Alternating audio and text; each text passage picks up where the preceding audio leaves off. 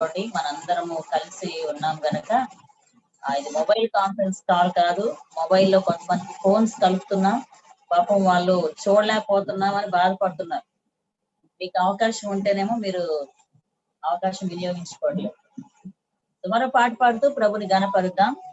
భూపునాది మునిపే ఈ లోక సృష్టి ముందే అనే పాట పాడుతూ ప్రభుని గణపరుద్దాం. భూపునాది మునిపే ఈ లోక సృష్టి ముందే ఆనంద ధ్వనులు చేసి పాడిరి ఉదయ నక్షత్రాలు. కొలత వేసినప్పుడే ద్వారాలు తెరిచినప్పుడే ఆనంద ధ్వనులు చేసి పాడిరి దేవుని కుమారులు. భూపునాది మునిపే ఈ లోక సృష్టి ముందే ఆనంద ధ్వనులు చేసి పాడిరి ఉదయ నక్షత్రాలు. కొలత వేసినప్పుడే ద్వారాలు తెరచినప్పుడే ఆనంద ధ్వనులు చేసి పాడిరి దేవుని కుమారులు. నూతన ఆకాశము నూతన లోకము నూతన యెరూషలేము వచ్చును. ఆ దేవుడే మనతో గుడారమై ఉండును. మనమంతా మరలా పాడెదము. భూపునాది మునుపే ఈ లోక సృష్టి ముందే ఆనంద ధ్వనులు చేసి పాడిరి ఉదయ నక్షత్రాలు. కొలత వేసినప్పుడే ద్వారాలు తెరిచినప్పుడే ఆనంద ధ్వనులు చేసి పాడిరి దేవుని కుమారులు. జీవమే జీవమే ప్రాణమే ప్రాణమే నిత్యము మనలో ఉండును. జీవమే జీవమే ప్రాణమే ప్రాణమే నిత్యము మనలో ఉండును. తండ్రియు క్రీస్తుయు పరిశుద్ధాత్ముడు మనతో ఏకమై ఉండును. తండ్రియు క్రీస్తుయు పరిశుద్ధాత్ముడు మనతో ఏకమై ఉండును. భూపునాది మునుపే ఈ లోక సృష్టి ముందే ఆనంద ధ్వనులు చేసి పాడిరి ఉదయ నక్షత్రాలు. కొలత వేసినప్పుడే ద్వారాలు తెరిచినప్పుడే ఆనంద ధ్వనులు చేసి పాడిరి దేవుని కుమారులు. వేదన బాధయు కన్నీరు దుఃఖము ఇంకెక్కడ ఉండవు. వేదన బాధయు కన్నీరు దుఃఖము ఇంకెక్కడ ఉండవు. సూర్య చంద్రులు వెలుగును నింపరు, దేవుడే వెలుగై ఉండును. సూర్య చంద్రులు వెలుగును నింపరు, దేవుడే వెలుగై ఉండును. భూపునాది మునుపే ఈ లోక సృష్టి ముందే ఆనంద ధ్వనులు చేసి పాడిరి ఉదయ నక్షత్రాలు. కొలత వేసినప్పుడే ద్వారాలు తెరిచినప్పుడే ఆనంద ధ్వనులు చేసి పాడిరి దేవుని కుమారు. నూతన ఆకాశము నూతన లోకము నూతన యెరూషలేము వచ్చును. ఆ దేవుడే మనతో గుడారమై ఉండెను, మనమంతా మరలా పాడెదము. హల్లెలూయా, హల్లెలూయా. సమయాన్ని రెవరెండ్ సతీష్ బాబు గారికి అప్పగిస్తున్నాను.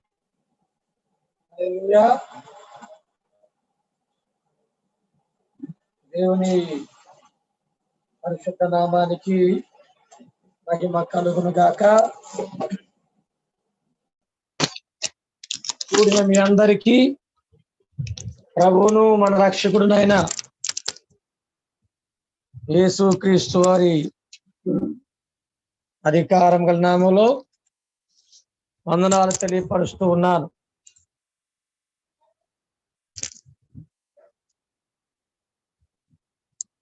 అందరూ క్షేమంగా మీ ఉద్యోగాలకు వెళ్ళొచ్చారా? హల్లెలూయా.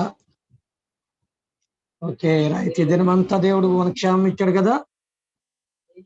దేవుడు మనకు భద్రతనిచ్చాడు, కుటుంబాల్లో సంతోషాన్ని ఇచ్చాడు, సమాధానాన్ని ఇచ్చాడు. అందుని బట్టి మనందరం చూద్దాం. యేసయ్యా నీకు వందనాలని, యేసయ్యా నీకు వందనాలు, యేసయ్యా నీకు వందనాలు, యేసయ్యా నీకు వందనాలు, యేసయ్యా నీకు వందనాలు, యేసయ్యా నీకు వందనాలు. మనం నమ్మిన దేవుడు మనల్ని కాపాడుతూ వస్తున్నాడు. ప్రైజ్ లో ఉదయం దేవుడు మనతో మాట్లాడిన మాటలను ఒకసారి మనం జ్ఞాపకంలో తీసుకొద్దాం. ఈ సమయంలో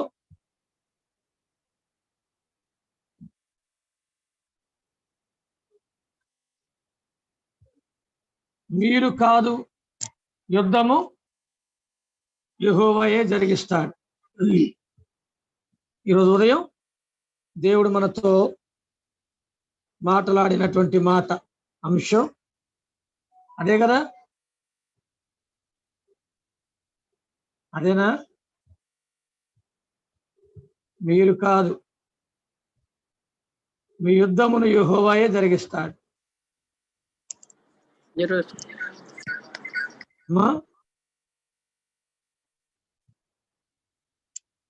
గమనిస్తే 3 విషయాలు మనతో దేవుడు మాట్లాడి.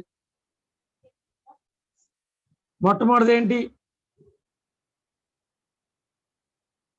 మ్యూట్ చెప్పండి, పర్లేదు. ఎందుకు సహవాసం చేయాలి? అమ్మా ఎందుకు సహవాసం చేయాలి? ఎందుకు సహవాసం చేయాలా?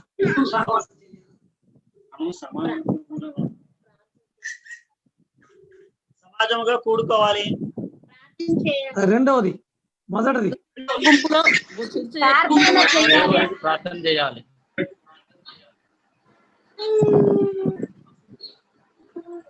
ప్రార్థన చేయాలా?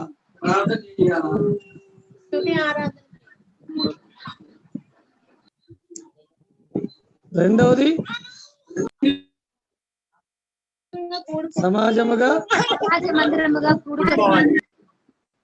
సమాజంగా కూడుకోవాలి. మూడోది స్తుతి ఆరాధన చేయాలి. స్తుతి ఆరాధన చేయాలి. Okay, good.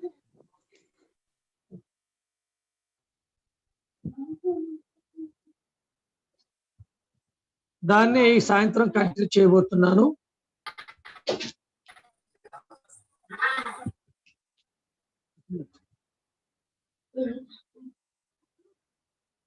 చూడండి,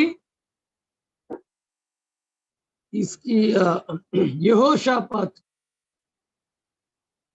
సమస్య వచ్చింది. యెహోషాపాతు ప్రార్థన చేశాడు.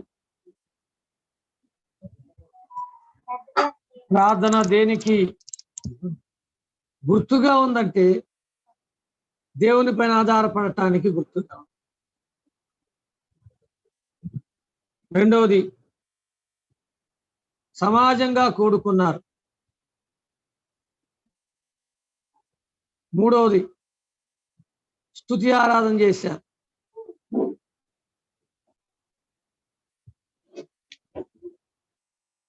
ఏం జరిగింది అప్పుడు? మరొకసారి చదువుదాం. 2వ దిన వృత్తాంతములు 20వ అధ్యాయం 22వ వచనం. వారు పాడుటకును స్తుతించుటకును మొదలు పెట్టగా యెహోవా యూదా వారి మీదకి వచ్చిన అమ్మోనీయుల మీదను మోయాబీయుల మీదను సేయూరు మన్యవాసుల మీదను మాడుగాండ్రను పెట్టెను గనుక వారు హతులైరి. చదువమ్మా. అమ్మోనీయులను మోయాబీయులను సేయూరు మన్య నివాసులను బొత్తిగా చంపి నిర్మూలము చేయవలనని పొంచియుండి వారి మీద పడిరి. వారు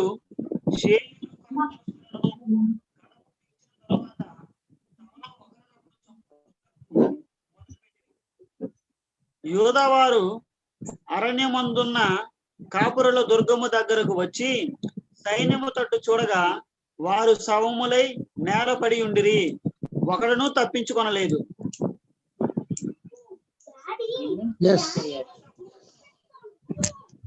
యెహోషాపాతును అతని జనులను వారి వస్తువులను దోచుకొనుటకు దగ్గరకు రాగా ఆ శవముల యొద్ద విస్తారమైన ధనమును ప్రశస్తమైన నగలును కనబడను.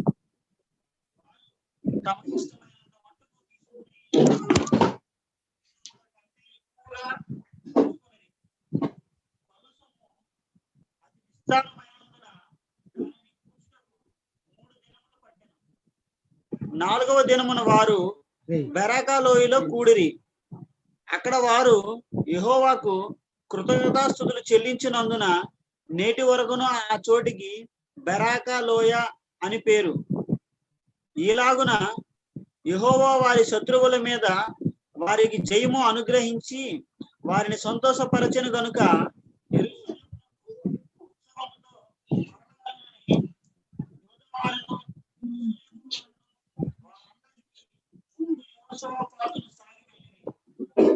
వారు యెరూషలేములోనున్న యెహోవా మందిరమునకు సర్వమండలములను సితారలను వాయించుచు కోరలు ఊదుచు వచ్చిరి. ఇజ్రాయేలీయుల శత్రువులతో యెహోవా యుద్ధము చేసినని దేశముల రాజ్యముల వారందరూ వినగా దేవుని భయము వారందరి మీదకి వచ్చెను.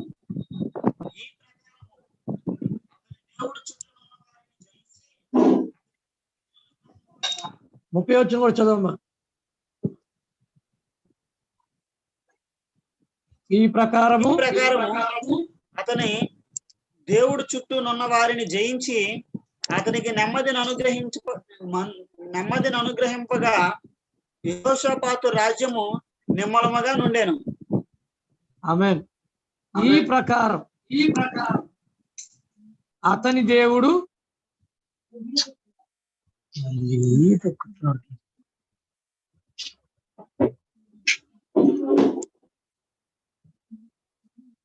దేవుడు చుట్టూనున్న వారిని జయించి అతనికి నెమ్మదిని అనుగ్రహింపగా యెహోషాపాతు రాజ్యము నిమ్మలముగా ఉండెను. చిన్న ప్రార్థన, అందరు కళ్ళు మూసుకుంటే చిన్న ప్రార్థన చేద్దాం. ఎవరైనా ఒకరు ప్రార్థన చేయండి వాక్యం కొరకు. మా పరిశుద్ధుడా, మా తండ్రి రక్షకుడా, మీకే వందనాలు, స్తుతులు, స్తోత్రములు నాయన. ఇదిగో తండ్రి, ఈ సాయంత్రకాల సమయంలో ఓ కుటుంబంగా ఈ సంఘముగా కూడుకొని ప్రభువా మిమ్మల్ని ప్రార్థించుకొని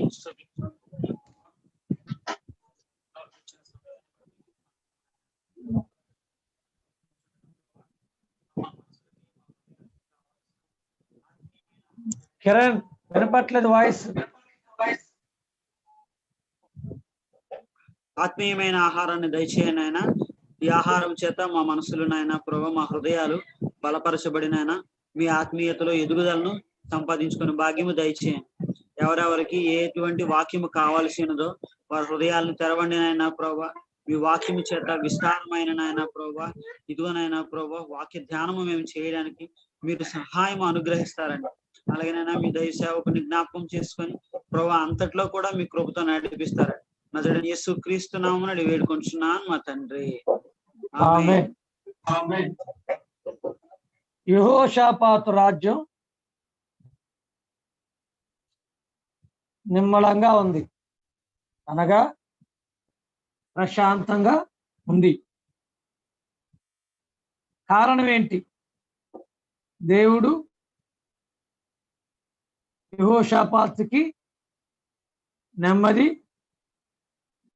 కలిగించాడు. దేవుడు యెహోషాపాతుకి నెమ్మది కలిగించడానికి గల కారణాలు మనం 3 నేర్చుకున్నాం. 1 ప్రార్థన చేశారు, 2 సమాజంగా కూడారు, 3 స్తుతి ఆరాధన చేశారు. దేవుడు ఏం చేశాడు?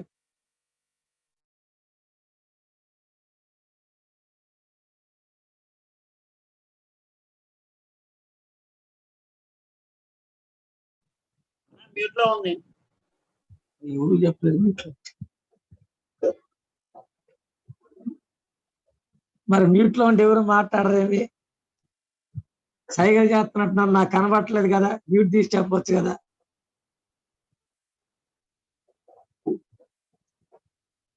ఓకే,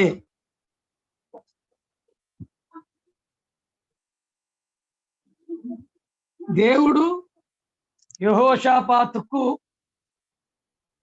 ఆ రాజ్యానికి నిమ్మలతను కలుగు చేశాడట, నెమ్మది కలుగు చేశాడట. దేవుడు నెమ్మది కలుగు చేయటానికి యెహోషాపాతు యూదులు చేసిన పని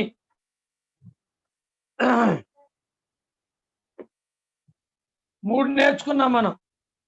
1 ప్రార్థన, 2వది సమూహంగా కూడటం, 3వది స్తుతి ఆరాధన చేయటం. ఇప్పుడు మనం చదువుకున్న వచనాలన్నీ మరలా దేవుడు చేసిన పనిని గురించి రాయబడి ఉంది. దేవుడు చేసిన పనిని గురించి వ్రాయబడి ఉంది.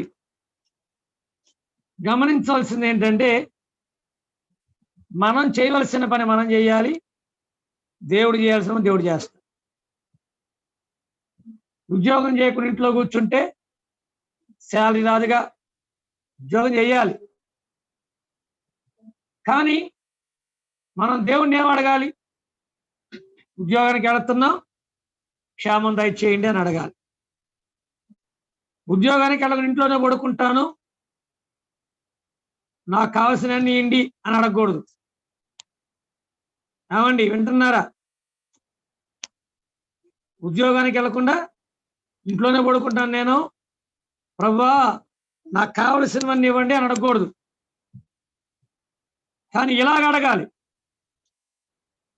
నేను ఉద్యోగానికి వెళ్తున్నా, నా క్షేమం దయచేయండి, భద్రతను దయచేయండి, నా ఉద్యోగాలు అవసరం జ్ఞానం దయచేయండి, క్షేమంగా ఇంటికి తీసుకురండి. అంటే మన పని ఏంటి? ఉద్యోగంకి వెళ్ళటం, ఉద్యోగం చేయటం. దేవుని పని ఏంటి? మనల్ని కాపాడటం. హల్లెలూయా. నా మాటలు మీకు అర్థమవుతున్నాయా? ఉద్యోగం చేసి ఇంటికి వచ్చి మోకరించి, ప్రభువా ఉదయంతా నన్ను కాపాడావు, ఇప్పుడు నాకు అలసటగా ఉంది, అన్నం కూర దానికదే వండుకోవాలి, నా ప్లేట్లోకి రావాలి, దానికదే కలుపుకొని నా నోట్లోకి రావాలి అని ప్రార్థన చేయకూడదు. ఏమండి? అంటే మనం వండుకోవాలి, వండుకునేటప్పుడు ఎటువంటి ప్రమాదం జరగకుండా సహాయం చేయ ప్రభు అని ప్రార్థన చేసుకోవాలి. మనమే కలుపుకొని తినాలి, తినేటప్పుడు చక్కని ఆరోగ్యం ఇచ్చే ప్రభు నీ స్తోత్రం, నాకు ఆరోగ్యం తెచ్చని ప్రార్థన చేయాలి. అంటే అర్థం ఏంటి? మనము చేయవలసిన పనులు మనం చేయాలి. ఇక్కడ యెహోషాపాతు యూదులు వారు చేయాల్సిన పని వారు చేశారు. ఏం చేశారు? ప్రార్థన చేశారు, సమాజంగా కూడుకున్నారు, పాటలు పాడేటువంటి వారిని ఏర్పాటు చేశారు. ఆ తరువాత గమనిస్తే ఒక మాట చూడండి, 17వ వాక్యం ఒకసారి చదవండి. 16-17 వచ్చిన ఒకసారి చదవగలరా? రేపు 16-17 కోడి కిరణ్ 16-17 అమ్మా. రేపు వారి మీదకి కోడి ఆ, వారు బీజు అను ఎక్కుడు మార్గమున వచ్చెదరు. ఆ, మీరు ఎరువేలు అరణ్యం ముందరనున్న వాగు కొన దగ్గర వారిని కనుగొందురు. ఆ. చదువమ్మా. పోట్లాడవలసిన నిమిత్తము లేదు. యూదా వారలారా, యెరూషలేము వారలారా, మీరు యుద్ధ పంక్తులు తీర్చి నిలువబడుడి. మీతో కూడానున్న యెహోవా దయచేయు రక్షణను మీరు చూచెదరు. భయపడకుడి, జడియకుడి. రేపు వారి మీదకి పోవుడి. యెహోవా మీతో కూడా ఉండును. ఆమేన్. అప్పుడు చూడండి, దేవుడు కూడా ఏం చెప్పి పంపించాడు ఇశ్రాయేలు యూదులకి? ఏం చెప్పి పంపించాడు? మీరు ఇంట్లో తిని పడుకోండి, నేను యుద్ధం చేస్తానని చెప్పి పంపలా. ఏమన్నాడు? రేపు వారి మీదకి పోండి, రేపు వారి మీదకి మీరు వెళ్ళండి, యుద్ధ పంతులు తీర్చి నిలవబడండి. కానీ ఒకటి, యెహోవా మీతో ఉంటాడు, మీరు పోట్లాడాల్సిన అవసరం లేదు, మీరు యుద్ధం చేయాల్సిన అవసరం లేదు, జస్ట్ మీరు వెళ్ళండి, మిగిలినంతా నేను చూసుకుంటాను అన్నాడు అంతే దేవుడు. హల్లెలూయా. మీరు వెళ్ళండి, వెళ్ళి నిలబడండి, మిగిలిన పని అంతా నేను చేస్తాను అన్నాడు. అదేవిధంగా వారు దేవుడు చెప్పిన రీతిగా వారు బయలుదేరారు. అయితే చక్కని మాట ఏంటంటే 22వ వాక్యం, వారు పాడుటకును స్తుతించుటకును మొదలు పెట్టగా యెహోవా యూదా వారి మీదకి వచ్చిన అమ్మోనీల మీదను మోయాబీల మీదను సేయీరు మన్యవాసుల మీదను మాటుగాండ్ర పెట్టెను. ఏంటండి? యూదా ప్రజలను చంపాలని వచ్చిన వారిని చంపడానికి దేవుడు ఆల్రెడీ మాటుగాండ్రను పెట్టాడంట. తర్వాత చక్కని మాట ఉంది, అమ్మోనీయులను మోయాబీలను సేయీరు మన్యవాసులను బొత్తిగా చంపి నిర్మూలన చేయాలని పొంచి ఉండి వారి మీద పడింది. వారు సేయీరు కాపురస్తులను కడముట్టించిన తర్వాత తమలో ఒకరినొకరు చంపుకోవడం మొదలుపెట్టింది. చూడండి, భలే విచిత్రం జరిగింది ఇక్కడ. వాళ్ళు వచ్చి వీళ్ళని చంపారు, వీళ్ళని చంపిన తర్వాత జరిగింది ఏంటంటే ఒకరినొకరు చంపుకున్నారు. మళ్ళీ గమనిస్తున్నారా? చదువుతున్నారా చక్కగా? అది బొత్తిగా చంపి నిర్మూలన చేయాలని పోచి ఉండి వారి మీద పడింది. వారు సేయీరు కాపురస్తులను కడముట్టించిన తర్వాత, సేయీరు కాపురస్తులను చంపిన తర్వాత ఏం చేశారు? మళ్ళీ తమలో ఒకరినొకరు చంపుకొని మొదలుపెట్టిరి అన్నారు. దేవుని బిడ్డలారా, దేవుని కార్యాలు మనకు అర్థం కావు. దేవుని కార్యాలు మనకు అర్థం కావు. ఏం చేయాలి? మనం ఎదురు చూడాల. ఏమన్నాడు ఆయన? దేవుడు ఏమన్నాడు? 17వ వచనం 3వ లైన్లో, మీతో కూడా యెహోవా దయచే రక్షణను మీరు చూచెదరు. ఏంటి? దేవుడిచ్చే రక్షణ మీరు చూస్తారు. అయితే మీరు ఏం చేయాలి? వెళ్ళాలి అక్కడికి. దేవుడు చేసే కార్యాలు చూడాలంటే వెళ్ళాలి కదా, దేవుడి అద్భుతాలు చూడాలంటే వెళ్ళాలి కదా, దేవుడు కాపాడని చెప్పడానికి మనం వెళ్ళాలి, ప్రయాణించాలి కదా. ఉద్యోగానికి వెళ్తే కదా దేవుడు మనం కాపాడుతుంది లేదు మనకు తెలిసేది. ఇంట్లో కూర్చొని దేవుడు నన్ను ఉద్యోగానికి వెళ్తాను కాపాడడానికి అది కరెక్ట్ కాదు కదా. ఒకసారి గమనిద్దాం. ఈరోజు దేవుడు మనతో చెప్పే మాట ఏంటంటే, మరలా మనము చేయవలసిన పని మనం చేస్తున్నప్పుడు దేవుడు తాను చేయవలసిన పని తాను చేస్తాడు. Praise God. ఏం చేశాడంట? ఆల్రెడీ యూదా ప్రజలను చంపటానికి వచ్చినటువంటి శత్రువులను చంపటానికి దేవుడు ఆల్రెడీ మాటుగాండ్రను సిద్ధపరిచి పెట్టాడంట. ఇంకొకటి, ఆ మాటుగాండ్రు కూడా షేయూరు మంజవాసులందరిని చంపిన తర్వాత మరలా చూడండి, వారిలో వారే ఒకరిలో చంపుకున్నారు. ఎందుకు? వాళ్ళు మరలా యూదులకి ఏమైనా హాని చేస్తారనేమో. గమనించాలి ప్రియ దేవుని బిడ్డలారా. యేసుక్రీస్తు ప్రభువారు పరలోకాన్ని విడిచోటి ఈ భూమి మీదకి వచ్చి నీ కొరకు నా కొరకు రక్తాన్ని కార్చి సాతాను ఆ కలువరిశిలో చితుకు దొక్కాడు. సాతానును ఆ కలువరిశిలలో చితుకు దొక్కాడు. సాతానికి నీపై నాపైన అధికారం లేదు. సాతానికి నీపై నా పైన ఎటువంటి అజమాయి చేయడానికి అవకాశం లేదు. మనము చేయవలసిన పని మనం చేస్తూ ఉన్నప్పుడు దేవుడు మనల్ని కాపాడతాడు, మనల్ని ఆశీర్వదిస్తాడు, మనలను దీవిస్తూ ఉంటాడు, మనలకు మేలు చేస్తూ ఉంటాడు. గమనించాలి. అయితే ఏమైందర్రా వీళ్ళకి? ఏం జరిగిందంటే 24వ వచనం, యోధావారు అరణ్యమందున కాపరుల దుర్గము దగ్గరికి వచ్చి సైన్యము తట్టు చూడగా వారు శవములై నేలను పడి ఉండేది, ఒకడును తప్పించుకొనలేదు. గమనించాలి. ఒక్కర్రో కూడా తప్పించుకోలేదంటండి. అందరూ చచ్చిపోయి ఉన్నారంట. ఎవరు యుద్ధం చేశారండి? యూదులు యుద్ధం చేశారా? యెహోషాపాతు యుద్ధం చేశాడా? లేదు. దేవుడే యుద్ధం జరిగించాడు అక్కడ. ఈ రాత్రి నీ జీవితంలో కూడా దేవుడే యుద్ధం జరిగిస్తాడు. ఆయనే నీ పక్షంగా పోరాడతాడు. అయితే నువ్వేం చేయాలి? ప్రార్థించాలి, వాక్యం చదవాలి, సంఘంగా కూడుకోవాలి, స్తుతి ఆరాధనలో పాల్పొంగులు పొందాలి, పాటలు పాడాలి. మనము చేయగలిగిన పని మనం చేయాలి. దేవుడు అంట చూడండి, అక్కడ ఆల్రెడీ మాటుగా అంట సిద్ధపరిచి పెట్టాడంట శత్రువులను చంపడానికి. యూదులకు తెలియదు కదా ఆ విషయం. తెలుసా? తెలియదు. చెప్పాడా దేవుడు? చెప్పలా. ఆయన అన్నాడు, నేను పోరాడతా, నేను పోట్లాడతా, మీరు మౌనంగా ఉండండి, చూడండి మీరు నేను చేసే కార్యాన్ని అన్నాడు. అంతే. కొంతమందికి దేవుడు కార్యం చేసేదాకా ఎదురు చూడలేరు.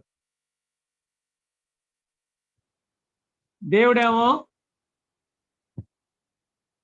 గొప్ప కార్యం చేయాలనుకుంటాడు. మనుషులు తొందరపడతా ఉంటారు. ఇక్కడ మాట నేను చెప్తాను చూడండి. ఎంతమంది బ్రతికారు సైన్యం? శత్రువులు ఎంతమంది బ్రతికారు? ఎవరన్నా బ్రతికారా? ఒక్కరు కూడా బ్రతకలేదండి. ఒక్కరు కూడా బ్రతకలేదంట.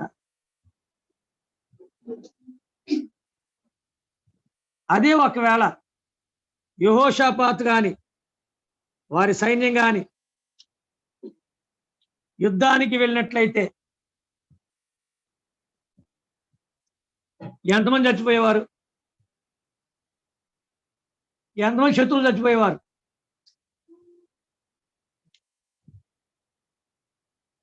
తప్పకుండా జరిగే పని ఏంటంటే, ఒకవేళ యెహోషాపాతు వారి సైన్యం యుద్ధానికి వెళ్తే శత్రు సైన్యంలో కొంతమంది చచ్చిపోయేవాళ్ళు, యోధా సైన్యంలో కొంతమంది చచ్చిపోయేవాళ్ళు. అవునా కాదా?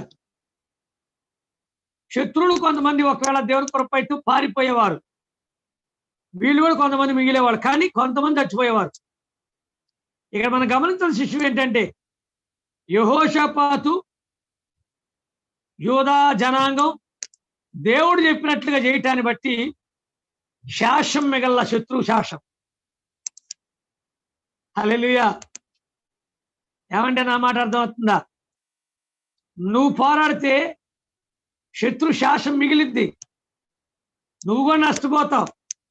అదే దేవుడికి అవకాశం ఇస్తే అసలు నీకేం కాదు, శత్రు శాసనం అనేది నీకు ఉండనే ఉండదు. కొంతమంది దేవుడు చెబుతాడు నేను చేస్తాను, ఎందుకు తొందరపడతారంటే వాళ్ళు ఏం చేస్తారంటే అబ్బే వాళ్ళకి తొందర ఎక్కువ. కొంతమందికి ఇప్పుడే అయిపోవాలండి, ఇప్పుడే అయిపోవాలండి, ఇప్పుడే అయిపోవాలండి అంటారు. నేను మాట అడుగుతాను, సమాధానం చెప్పగలరా? మీరు చెప్పగలరు? చెప్పండి. రిటైర్మెంట్ అవడానికి వయసు ఎంత? ఎంత? 60 సంవత్సరాలు. 60. ఎంత? 60 సంవత్సరాలు సార్. 60. ఓకే ఓకే, నువ్వు రిటైర్ అయ్యేది 60 సంవత్సరాలకి. కోరి ఎవడైనా రిటైర్మెంట్ ఇస్తాడా? ఏమంటారు దాన్ని? వాలంటీర్ రిటైర్మెంట్ ఎవరైనా ఇస్తారా? కోరి వాలంటీర్ రిటైర్మెంట్ ఎవరైనా ఇస్తారా? కోరి. ఆరోగ్యం బాగాలేకపోతే ఇస్తారు, ఆరోగ్యం బాగుండి అన్ని బాగుంటే ఎవరైనా ఇస్తాడా?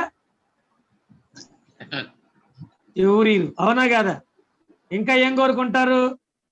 కొన్ని సంవత్సరాలు ఉంటే రిటైర్డ్ అయిన దాకుంటే కొంచెం డబ్బులు ఎక్కువ వస్తాయి. ఏమంటారు వాటిని?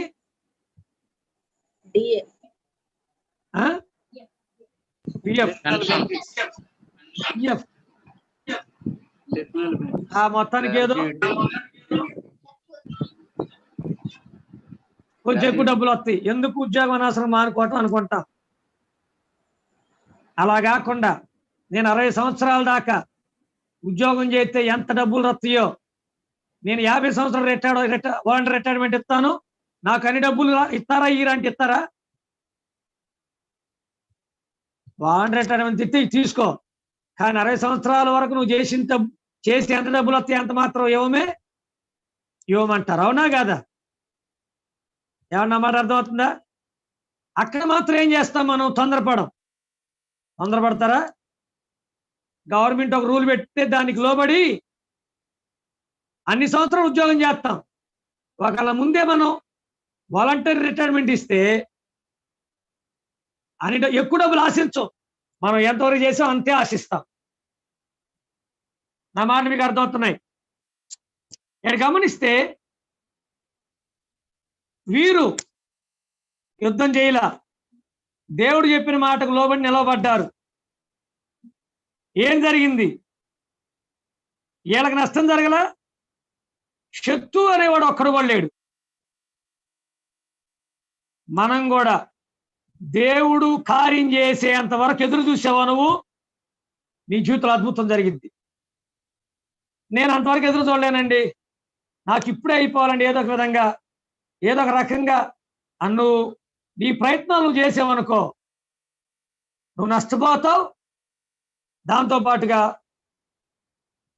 కొన్ని మిగిలే ఉంటాయి నీవు పొందుకోవాల్సినవి. ఏమండి? అన్ని పొందుకోలేవు, సంతోషంగా ఉండలేవు. తర్వాత అది పొందుకున్న తర్వాత మళ్ళా బాధ, అయ్యయ్యో అనవసరంగా దేవుణ్ణి బలవంతం చేసినట్టున్నానే. రే దేవుని బిడ్డ, దేవుడు చెప్పినట్లుగా మనం చేసి, దేవుడు చూడమన్నాడు, చూడు కొన్ని రోజులు, ఎందుకు తొందరపడతావు?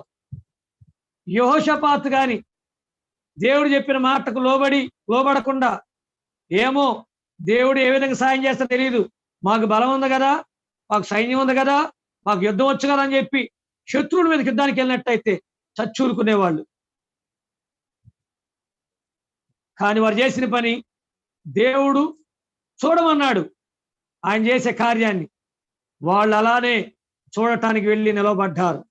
వారు ఎప్పుడైతే నిలవబడ్డారో, ఎప్పుడైతే పాటలు పాడి ప్రభువును స్తుతిస్తున్నారో, దేవుడు చేయవలసిన పని చేశాడు. అవును ప్రియ దేవుని బిడ్డలారా, ఈరోజు దేవునితో నాతో మాట్లాడే మాట ఏంటంటే, నువ్వేదో దేవుడు ఇచ్చేదాన్ని ఆయన ఇచ్చే వరకు ఎదురు చూడు, తొందరపడి కోల్పోబాక. కొంచెం నష్టపోతావు తప్పకుండా, ఆశీర్వాదాలు కోల్పోతాం, ఆనందాన్ని కోల్పోతాం, సంతోషాన్ని కోల్పోతాం.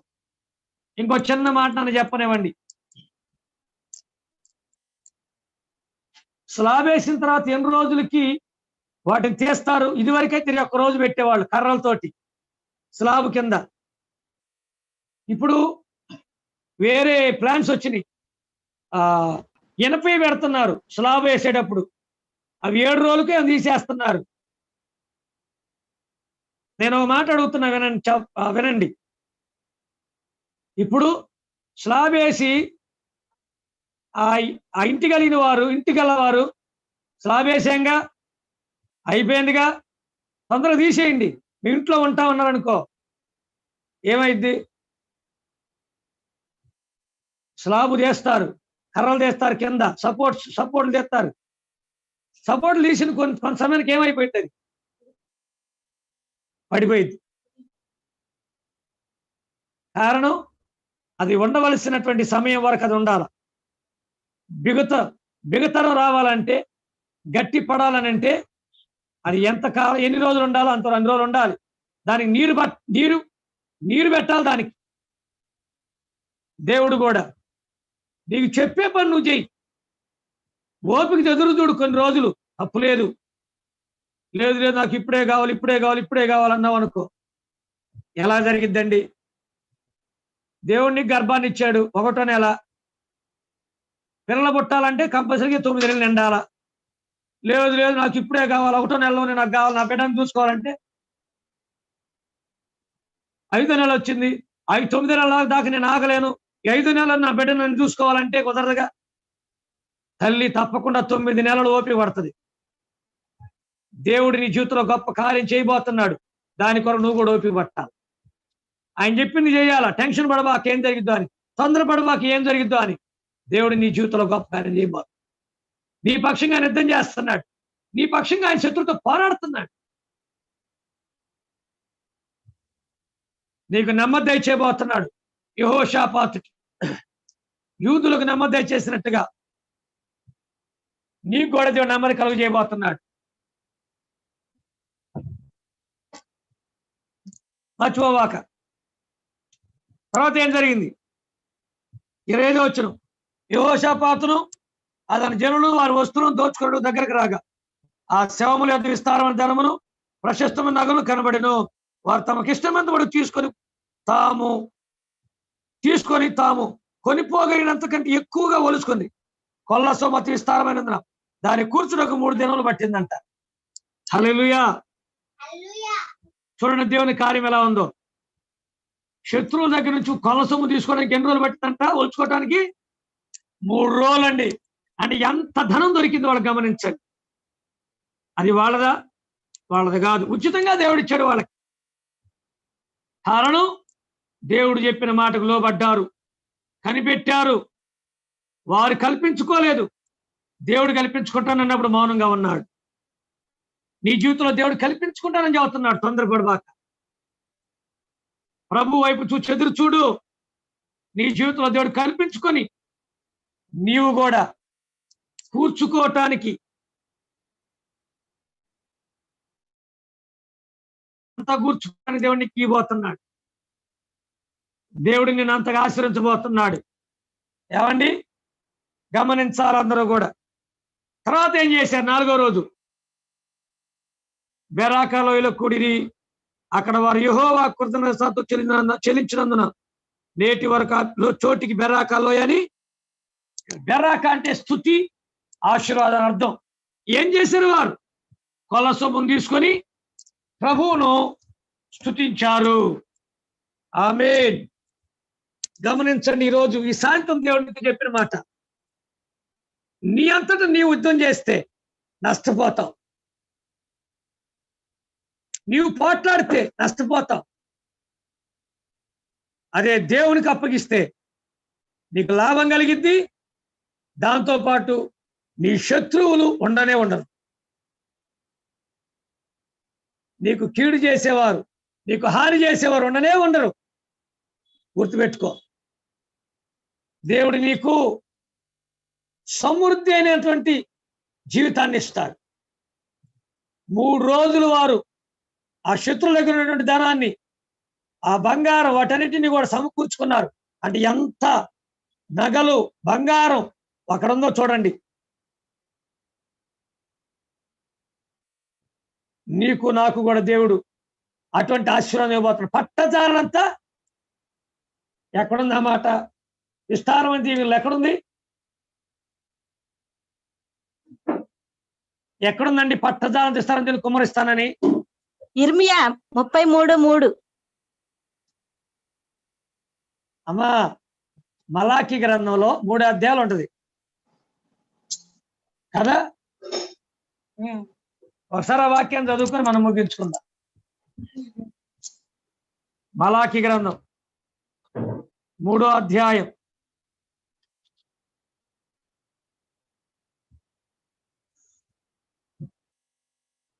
8, 9, 10వ వచనం చదవండి. 10వ వచనం మలాకి 3:10. నా మందిరములో ఆహారం ఉండునట్లు 10వ భాగం అంతయు మీరు నా మందిరపు నిధిలోనికి తీసుకొని రండి. దీనిని చేసి మీరు నన్ను శోధించిన ఎడల నేను ఆకాశపు వాకిండ్లను విప్పి పట్టజాలనంత విస్తారముగా దీవెనలు కుమ్మరించదునని సైన్యములకు అధిపతియకు యెహోవా సెలవిచ్చుచున్నాడు. ఇటు ఎలాగంటే దీవెనలు కుమ్మరిస్తాడు దేవుడు? పట్టజాలనంత. ఆమేన్. నీ ఇల్లు పట్టదు. హల్లెలూయా, హల్లెలూయా. నీ ఇల్లు దేవుడు ఇచ్చేటువంటి దీవెనలకి నీ ఇల్లు పట్టదు. అలాగే దేవుడు దీవెనలు ఇవ్వబోతున్నాడు. అలాగే దేవుడిని ఆశ్రయించబోతున్నాడు. పట్టజాలం విస్తారం దీవెనలు నీకు కుమరించబోతున్నాడు. ఆమేన్. అయితే తర్వాత చేయాల్సిన పని ఏంటి? వాటిని పొందుకొని కృతజ్ఞత లేని వ్యక్తిగా నువ్వు ఉండకూడదు. దేవుడు నీకు ఇచ్చిన వాటన్నిటిని బట్టి దేవునికి నువ్వు కృతజ్ఞతాస్తుతులు చెల్లించాలి. హల్లెలూయా. ఈ సాయంత్రం కూడా 3 విషయాలు. 1,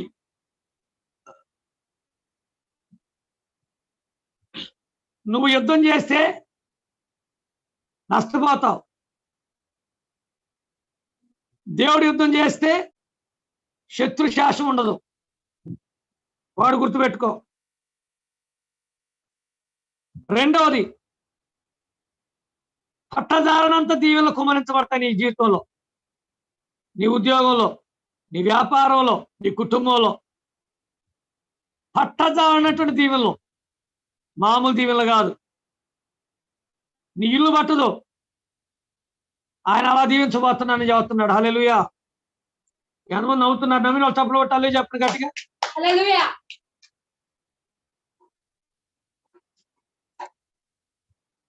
ఆమేన్, ఆమేన్. పిల్లలు లేని వారు బాధపడబాకండి. మీ ఇంట్లో చక్కగా ఆడుకునే పిల్లలు రాబోతున్నారు. దేవుడు దీవించబోతున్నాడు.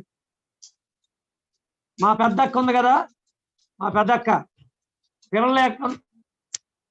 పిల్లలు లేనప్పుడు పిల్లలు లేరని బాధపడింది. ఇప్పుడు పిల్లోడిని దేవుడు ఇచ్చిన తర్వాత కొన్నిసార్లు వాడు చేసి అలా తట్టుకోలేక, ఒరే ఈడెందుకు పుట్టాడని బాధ వేస్తుందా, వీడు అసలు పట్టుకుంటే బాగుండు అనిపిస్తుందా అంటుంది అప్పుడప్పుడు నేను కోపం వచ్చినప్పుడు. అందుకని నిజంగా పుట్టొద్దని కాదు, అలా తట్టుకోలేక. మీ కుటుంబాల్లో కూడా దేవుడు అదే చేయబోతున్నాడు. మీ కుటుంబాలని, సంతానం లేని మీ కుటుంబాలలో చక్కని బిడ్డలను మీ గర్భముల ద్వారా దేవుడు ఇవ్వబోతున్నాడు మీకు. ఆమేన్ చెప్పండి.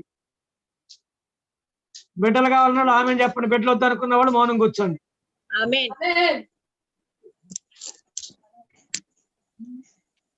హల్లెలూయా. ఏమండి, నేను ఎందుకు చెప్తానండి మాట? నేను అబద్ధం ఏదో నేను ఇది పరిశుద్ధాత్ముడు చెప్పన్నాడు చెప్తున్నా. నిజంగా దేవుడు మీ గృహాలను దీవెనలతో నింపబోతున్నాడు. పట్టజాలనంత దీవెనలతో నింపబోతున్నాడు. హల్లెలూయా. మీ కుటుంబంలో చక్కని బిడ్డలు మీకు ఇవ్వబోతున్నాడు. ఉద్యోగాలతో దీవించబోతున్నాడు. దేవుడు మీ కుటుంబాలను, మీ దేహాల ఆరోగ్యంతో నింపబోతున్నాడు. పట్టజాలనంత ఆరోగ్యం. ఎంత ఆరోగ్యం అంటే అబ్బా, చాలా ఆరోగ్యం. సంతోషంతో నింపబోతున్నాడు. సమాధానంతో నింపబోతున్నాడు ఆయన. ప్రభుని ఘనపరచు, ప్రభుని మహింపరచు. అయితే ఒకటి మర్చిపోబాక, ఏంటంటే దేవుడు నీకు మేలు చేసిన తర్వాత దేవుడు మర్చిపోబాక. కొంతమంది దేవుడు మేలు చేసేందాక ఏమంటారండి, దేవుడు చేస్తే దేవుడిని విడిచిపెట్టమంటారు. దేవుడు మేలు చేసిన తర్వాత దేవుడు అనేది ఏంటి తెలుసా, బిజీ అయిపోయామండి. మొదటిదాకా పిల్లలు లేరు కదా, ఇప్పుడు పిల్లలు పుట్టేసరికి ఇంట్లో టైం కుదరట్లేదండి. మొదటిదాకా ఉద్యోగం లేదు కదా, 24 గంటల మందిరం ప్రార్థన. ఇప్పుడు దేవుడు ఉద్యోగం ఇచ్చాడు కదా, బిజీ అండి. ఆడయ్య గారు కుదరట్లా, కృతజ్ఞత లేకపోవడం అంటే అట్లా అనమాట. దేవుడిని ఆశ్రయించిన తర్వాత మర్చిపోవద్దు, కృతజ్ఞత కలిగి కృతజ్ఞతాస్తుతులు చెల్లిస్తూ ఉండాలి జీవితాన్ని. ఆమేన్. హల్లెలూయా, హల్లెలూయా. ఈ 2020 సంవత్సరం జనవరి నెల దేవుడు సంపదనిస్తానని వాక్యాన్ని పంపించాడు. జనవరి నెల అంతా ప్రతి ఆదివారం అప్పుడే వాక్యం చెబుతూ కూడా నేను సంఘం తన్న భూ సంబంధంగా పాత్రబంధం ప్రకారం భూ సంబంధమైనటువంటి వస్తు వాహనాలు ఇవన్నీ, కానీ దేవుడు ఎందుకో చెప్పమన్నాడు, చెబుతున్నాను అన్న. ఈ సంవత్సరం ఈ కరువు దినాల్లో ప్రతి ఒక్కరికి దేవుడు కొన్ని వస్తువులు, కొన్ని వాహనాలు, కొంతమందికి ఇళ్ల స్థలాలు ఇచ్చాడు, ఇంట్లో వస్తువులు ఇచ్చాడు, దీవించాడు, సంపద ఇచ్చాడు, దీవించాడు. 2వ నెల ఫిబ్రవరి నెల స్వస్థత ఇస్తానని మాట్లాడాడు. ఈ 9 నెలలు దేవుడు మనల్ని ఆరోగ్యంతో నింపాడు. ఈ రోజు కూడా అదే విధంగా పరిశుద్ధాత్ముడు చెబుతున్నాడు. ఏమని? ఆకాశపు వాకిళ్లను విప్పి పట్టజాలంత దీవెనలు నీ కుటుంబం పైన, నీ పైన దేవుడు కుమరించబోతున్నానని చెబుతున్నాడు. దాన్ని నేను మీకు చెబుతున్నాను, నమ్మి దేవుని స్తుతించండి. హల్లెలూయా, ఆమేన్. ప్రార్థన చేసుకుందాం. అయ్యగారండి, అమ్మా చెప్పండి అమ్మా. జర్మయ్య సాక్ష్యం చెప్తున్నాడు అయ్యగారు. అమ్మా చెప్పమ్మా.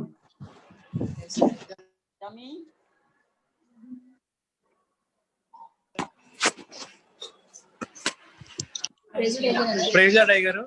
పాస్టర్ గారికి పాస్టర్ గారికి నా వందనాలు. నా పేరు నేను జర్మియా. గత 2 రోజుల నుంచి దగ్గు జలుబుతో బాధపడుతున్నాను. దేవుడు నాకు స్వస్థత ఇచ్చాడు. పాస్టర్ గారు, పాస్టర్ అమ్మ గారు ప్రార్థన వల్ల దేవుడు నాకు సహాయం చేసి స్వస్థత ఇచ్చాడు. దేవుడికి ఘనత కలుగును గాక. ఇంకొంచెం దగ్గున్నది, దానికోసం కొంచెం ప్రార్థన చేయండి. నా డెస్టెలిజీ పోయినట్టు ప్రార్థన చేయండి. చిన్న సాక్షి. హల్లెలూయా, సంతోషం. దేవుడు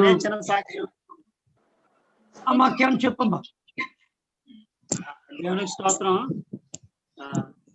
మొన్న 28వ తేదీన ఆఫీస్ లో పోస్టర్ కాంపిటీషన్ జరిగింది, విజిలెన్స్ ఇండియా, ప్రాస్పరస్ ఇండియా అని. అందులో నేను మంచి పోస్టర్ ని పెయింట్ చేశాను. దేవుని కృప వలన నాకు రన్నర్ అప్ ప్రైజ్ వచ్చింది. దేవునికి మహిమ. ఆమేన్. హల్లెలూయా, దేవునికి స్తోత్రం. అయ్యగారు, అమ్మా చెప్పండి అమ్మా. మార్నింగ్ మీరు ప్రేయర్ చేశారు ప్రీతి గురించి, పాప. అవునవునమ్మా. జేమ్స్ గారు వాళ్ళ సిస్టర్. ఓకే ఓకే, అవును. అంటే మా మమ్మీ సిస్టర్ కూడా తన. అయితే పాప పుట్టింది. మీరు ప్రేయర్ చేసిన ఒక 1 అవర్ లోని పాప పుట్టింది. బట్ డాక్టర్స్ అయితే చాలా కాంప్లికేటెడ్, బేబీకి 90% హోప్ ఇవ్వలే, ఓన్లీ 10% ఇచ్చారు, సంతకం పెట్టి చేసుకున్నారు. లేదంటే కేజీహెచ్ మీరు వెళ్ళిపోండి అని. అంత అంటే వాటర్ అంతా లీక్ అవుట్ అయిపోయి మరి బేబీ వాజ్ లైక్ అంటే ఏం లేదని చెప్పారంట. చాలా కష్టం అని అన్నారు. వీ కెనాట్ అంటే మదర్ కి సేవ్ చేస్తాం కానీ బేబీకి లేదన్నప్పుడు మరి ప్రార్థన చేశారు మీరు morning. Baby is very healthy, కాకపోతే 2.2 kgs లో ఉంది. ఓకే ఓకే, ప్రైజ్ లార్డ్ అమ్మా. దేవునికి స్తోత్రం. మంచి ప్రార్థన చేద్దాం ఇక ముందు కూడా. సంతోషం. ప్రైజ్ లార్డ్ అన్నా. కళ్యాణి, ప్రైజ్ లార్డ్ అమ్మా. చెప్పమ్మా. అన్న, మీరు ఈ రాత్రి నుంచి వాకింగ్ చెప్తూ ఉన్నారు కదా, నేను అనుకున్నాను నిన్న మధ్యాహ్నం నుంచి కొంచెం వర్క్ విషయంలో కొంచెం ప్రెషర్ గా ఉంది. అయితే నేను ప్రార్థన చేసుకుంటా ఉన్నాను. అదే సమయానికి మీరు రాత్రి అదే చెప్పారు, ఉదయం అదే చెప్పారు వాక్యం. నేను అనుకున్నాను, ఏంటి ప్రభు మీరు వాక్యం ద్వారా మాట్లాడుతున్నారు, ఏమైనా ప్రాబ్లం రాబోతుందా అనుకుంటా ఉన్నాను. ఈ రోజు మాకు ప్రతి మంగళవారం మీటింగ్ జరుగుతుంది ఆశాలకి. అయితే మేము ఈ రోజు వెళ్ళిన తర్వాత, అక్కడికి వెళ్ళిన తర్వాత మా ఏఎన్ఎం గారు నా మీద కంప్లైంట్ ఇచ్చారు, సరిగ్గా వర్క్ చేయదు, పిలిచినా రాదని చెప్పారు.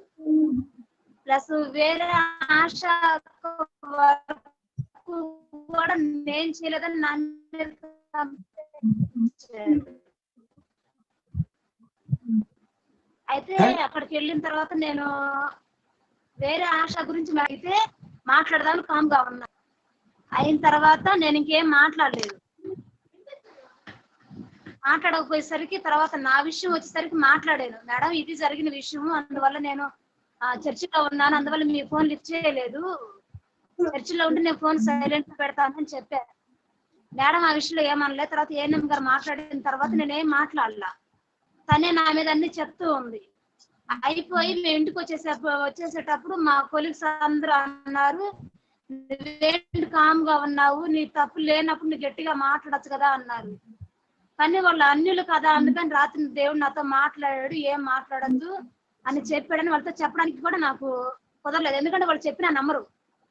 అంతకుముందు ఇదే విషయం దేవుడు నాకు చెప్పిన విషయం మా మేడలతో చెప్తే వాళ్ళు నమ్మకుండా ఆ దేవుడు మాట్లాడేది ఏంది అని చెప్పేసి కొంచెం ర్యాష్ గా మాట్లాడారు.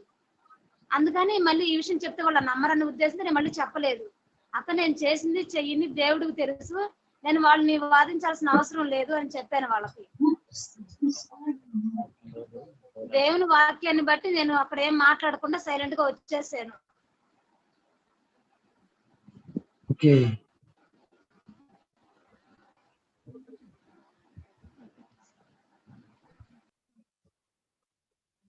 ఓకేరా, మంచిది. ఫస్ట్ ప్రైజ్ లో బ్రదర్ ఫస్ట్ నా కోసం కొంచెం ప్రార్థన చేయాలి ఫస్ట్. కొంచెం థ్రోట్ ఇన్ఫెక్షన్ ప్లస్ స్నీజింగ్ ఉంది. Okay, just light off body pain.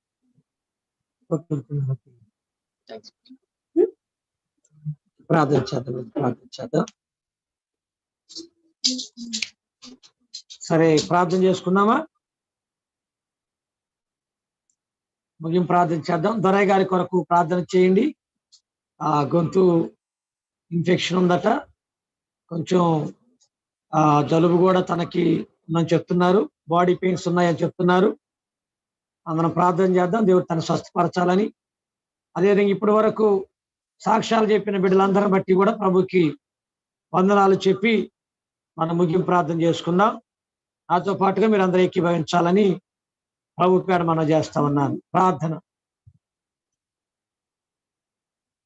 పరిశుద్ధుడా తండ్రి, ప్రేమ కలిగిన యేసయ్య, పరిశుద్ధమైన మీ నామాన్ని కొందనాలు. ఈ సమయంలో మీ మాటల చేత మమ్మల్ని బలపరిచారు. మేము యుద్ధం చేస్తే నష్టపోతాం, కానీ నీకు అప్పగిస్తే మేము విజయం పొందుకుంటాం. శత్రు శాసనం అనేది లేకుండానే చేస్తానన్నాం. అది మాత్రమే కాదు, ఆకాశపు వాకిలి పట్టజాలు తెస్తాను, దీవులు కుమరిస్తానన్నాం. అయ్యా, మేము కృతజ్ఞత కలిగి ఉండాలని చెప్పావు. కనుక ఆ విధంగా ఉంటే సహాయం చేయండి, నీ కార్యాలు జరిగించండి మా జీవితాల్లో. ఈ సమయంలో జెర్మియాను బట్టి స్తోత్రం. ఎక్కువడికి మీరు ఇచ్చిన స్వస్థత కొరకు వందనాలు. ఇంకా కొంచెం దగ్గు ఉందట, అది కూడా స్వస్థపరచండి. అయా సహోదరి ప్రీతి గారిని బట్టి స్తోత్రం. అయా తండ్రి, వారికి మీరు ఇచ్చిన అయా చక్కని పాపను బట్టి మీకు స్తోత్రాలు. తల్లి కుమార్తెకు బిడ్డకు మంచి ఆరోగ్యం ఇచ్చారు, ఇంకనూ మంచి ఆరోగ్యం దయచేయండి. కిరణ్ బట్టి వందనాలు. తన విషయంలో మీరు చేసిన మేలు కొరకు స్తోత్రం. అదేవిధంగా యేసయ్య సహోదరి కళ్యాణ్ని బట్టి స్తోత్రం. నిన్నటి నుంచి నీ వాక్యం ద్వారా నీ కుమార్తె మాట్లాడుతున్నామని నీ కుమార్ సాక్ష్యం చెబుతున్నారు. నీ మాట ప్రకారం, నీ మాటకు లోబడి నీ కుమార్తె మౌనంగా వచ్చింది. ఈ రోజు నువ్వు చెప్పావు, మేము మౌనంగా ఉంటే యుద్ధం చేస్తానన్నావు, శత్రు శాసనమే లేకుండా చేస్తానన్నావు. మరి నీ కుమార్తె పక్షంగా, నీ కుమార్తె విరోధంగా మాట్లాడుతున్న వారు అవి వారందరి నోరును ముగించబోతున్నావు, నీకు స్తోత్రం. నీ కుమార్తె విజయాన్ని ఇవ్వబోతున్నావు, నీకు స్తోత్రం. దేవా, దొరయ్య గారిని బట్టి స్తోత్రం.